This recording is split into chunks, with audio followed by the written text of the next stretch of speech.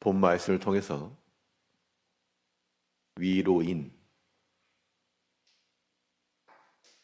위로인이라는 제목으로 하나님의 말씀 증거하겠습니다. 하나를 알고 있는 사람은 알지 못하는 사람 앞에서 그의 가진 지식을 말하고 설명할 수 있으나 두 개를 아는 사람 앞에서는 입을 다물게 될 겁니다. 또 두 개를 아는 사람은 하나를 아는 사람에게는 설명을 해주어도 그 이상을 아는 사람 앞에서는 그의 지식이 자랑이나 설명이 될 수가 없을 겁니다. 실력이 있다는 것은 가르칠 수 있고 지도해 줄 수 있음을 의미합니다. 우리 신앙적 실력이 있을까?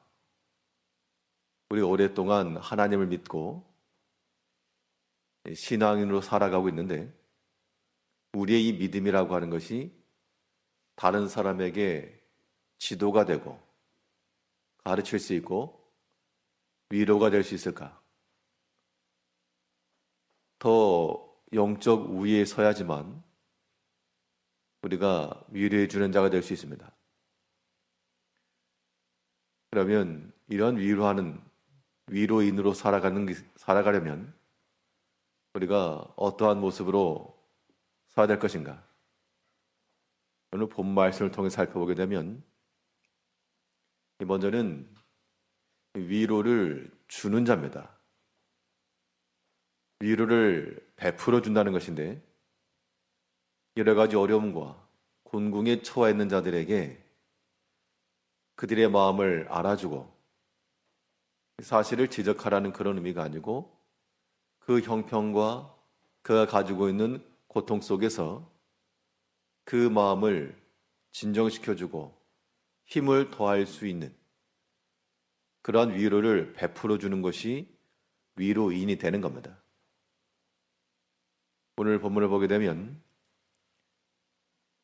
14절에서 피곤한 자, 곧 전능자 경외한 이를 패한 자를 그 벗이 불쌍히 여길 것이오늘 나 형제는 내게 성실치 아니함이 시냇물의 마름 같고 개울의 잦음 같구나. 피곤한 자를 만났습니다. 얼마나 극심한 고난이었으면 나 하나님을 더 이상 경외할 수 없겠다. 그럴 정도로 낙심에 처한 자들을 위로해 주는 자가 되어야 되겠는데 그런데 욥이 말하기를 내 형제는 내게 와서 참 성실치 못하다. 시냇물의 마름 같고 시내의 마름 같고 개울의 잦음 같다. 이것은 팔레스틴 지역의 와디라고 하는 그런 지형을 의미하는데요. 이 건기 때 물이 없을 때는 마른 골짜기였다가 비가 조금만 와도 그 땅이 물을 머금지 못하기 때문에 금세 불어나서 수심이 있는 물이 된다는 겁니다. 날씨에 따라서 급변하고 이러한 농사를 짓는 사람에게는 무용지물과도 같은 그런 지형인데 피곤한 자, 여러 가지 어려움과 공공에 처한 자를 옳은 말로써 지도한다고 하였지만 욥의 친구가 와가지고 틀린 말을 한 건 아니었습니다. 그러나 그 말 속에는 그 형제를 사랑하고 위로를 베풀고 굳게 서기를 바라는 마음으로 그렇게 한 것보다는 자기의 생각을 따라 가르치고 지적하고 표현해 준 겁니다. 욥의 친구가 와가지고 욥에게 하는 말도 5장 27절을 보게 되면 5장 마지막 절에서 볼지어다 우리 연구한 바가 이와 같으니 너는 듣고 내게 유익된 줄 알지니라. 욥에게 좋은 말해서 너가 유익이 될 것이다. 이런 확신을 가지고 말했지만 그 욥의 마음을 공감해주고 함께 아파해주고 같이 눈물 흘려주는 그런 것이 아니고 내가 연구해 보니까 이러이러하다. 자기의 지식과 자기 수준의 생각을 말하면서 다 너를 위해서 하는 말이다. 이거. 잘 귀담아 들으면 너 유익될 거다.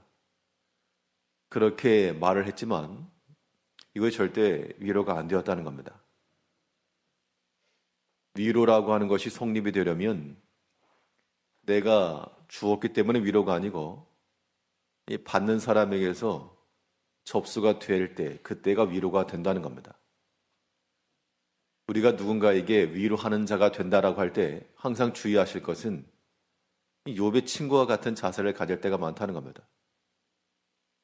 내가 연구해 보니까 이러하다. 내 생각이 그렇다 그런 것이죠. 다 유익한 말이다. 틀린 말 아니다. 틀린 말 아니죠. 그러나 그것을 듣는 사람의 그 마음, 그 형편, 그러한 처지, 이런 것에 대한 그러한 배려가 없다. 위로가 될 수가 없죠. 우리가 여러 가지 어려움에 처했을 때 모르는 바가 아닙니다. 지식이 없어서가 아니라 그 마음의 공함과 그 아픔을 위로받고 싶은 거죠. 그래서 우리 모든 성도들은 내가 알고 있는 이 신앙의 지식이라고 하는 것이 이러한 지도와 권면이라고 하는 것이 위로가 되는 것이 아니라 때로는 더 큰 상함이 될 수 있다라고 하는 것도 우리가 유의해야 됩니다. 욥이 말하기를 내 친구가 와가지고 말하는데 이게 시내의 마름 같고 개울의 잦음 같거나 무용하다가 의미가 없고 쓸모가 없다. 너가 수수한 말을 했지만 그것이 전혀 내게 와서 닿지 않는다.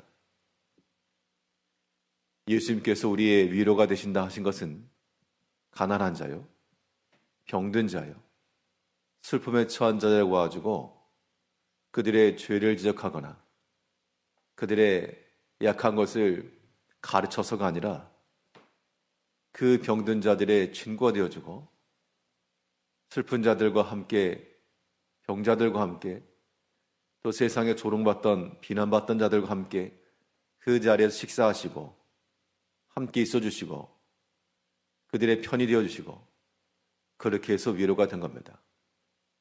이제 우리 모든 성도님들이 이런 위로를 베푸는 자가 되어야 되겠습니다.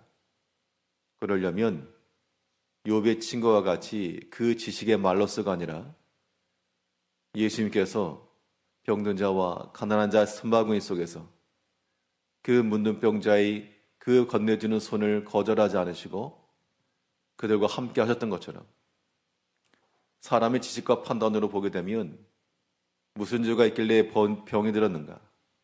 얼마나 게으르고 악하면 가난에 처하는가? 그렇게 말할 수 있으나 그러나 예수님께서는 그러한 말로서가 아니라 그의 마음으로서 함께하여 주었다는 겁니다. 이제 우리가 위로라고 하는 그러한 내가 위로를 준다라고 하는 착각 속에서 도리어 상함을 주는 그런 자가 되지 아니하도록 항상 우리가 위로를 받고 싶어하는 것만큼이나 위로를 베풀어 줄 줄 아는 위로인들이 되어야 됩니다. 예수님을 닮은 사람들이죠.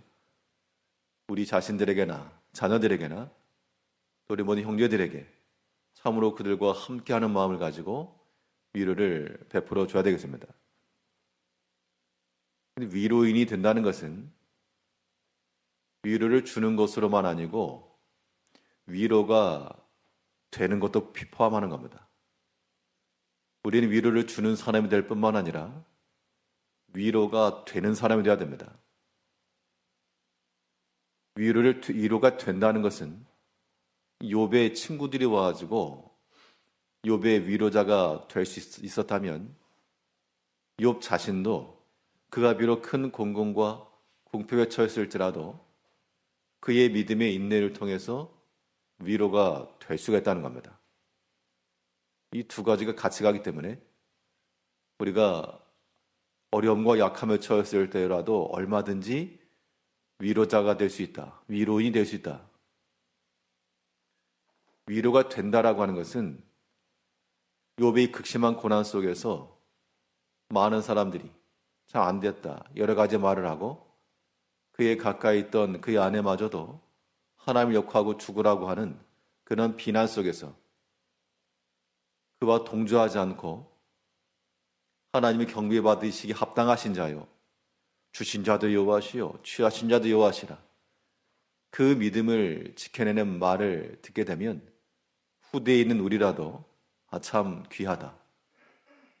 그래서 여러 가지 어려움에 처한 사람들도 욥의 인내를 보면서 참 복되다. 이것은 욥이 처한 그 고난 자체가 다른 사람의 위로가 된 겁니다. 욥이 한 거는 아무것도 없습니다. 그 아픔 가운데서 견딘 것이고 버틴 겁니다.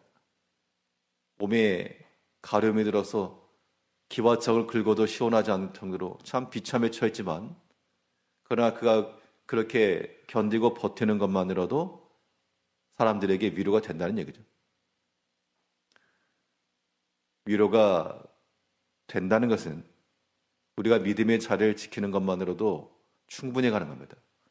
이 시대 자체가 믿음으로 살기 어려운 시대이기 때문에 여러 가지 어려움과 궁핍함 중에서 믿음 버리지 않고 그래도 하나님 앞에 매달리며 하나님을 찾으려고 노력하는 그 자체만 보는 것도 큰 위로 되는 겁니다. 온라인으로 참여하시는 분들은 모르시겠지만 우리 예배당에 있는 분들은 큰 위로를 받고 있습니다. 지난주부터요.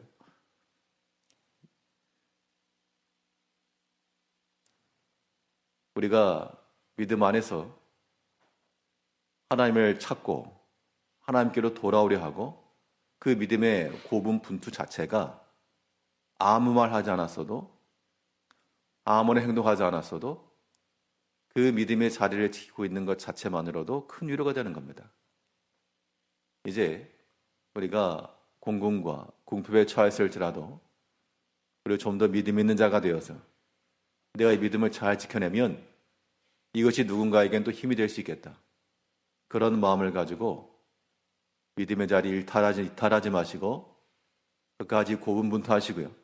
그러면 반드시 우리의 위로자가 나타날 것이고, 사람은 위로자가 되지 못할지라도 우리 주님께서 우리 곁에서 우리를 어루만져 주시며 또한 피할 길을 주시며 감당할 힘을 주실 겁니다. 우리가 와디와도 같은 그러한 불필요한 자가 되지 않고 많은 사람들에게 힘이 되고 위로가 되는 그런 위로인으로 살아가는 우리 모든 성도님들 되시길 바라겠습니다. 기도하겠습니다.